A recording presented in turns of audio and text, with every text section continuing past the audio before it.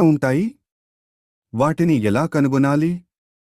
తేనెటీగలను దైవము మొక్కల పునరుత్పత్తి కోసము సృష్టించాడు. తేనెను తేనె తిట్టల నుండి సేకరిస్తారు.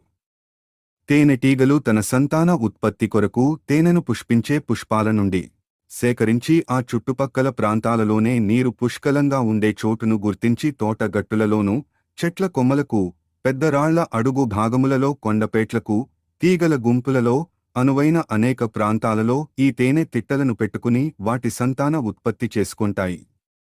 ఈ కాలంలో తేనెలను పెంచుతూ కూడా తేనెను సేకరిస్తున్నారు. ఈ తేనెలలో కూడా అనేక రకాలు ఉన్నాయి. చిన్న ఈగల తేనె, ముసర ఈగల తేనె, పెద్ద ఈగలు తేనెతెట్టెలు ప్రకృతిలో మనకు కనిపిస్తాయి. వీటి రుసులలో కూడా కాస్త వ్యత్యాసం ఉంటుంది. ముసర ఈగలు తేనె తెట్టెలను రాళ్ల సందులలోనూ, పుట్టలలోనూ దోంతులుగా పెట్టుకుంటాయి.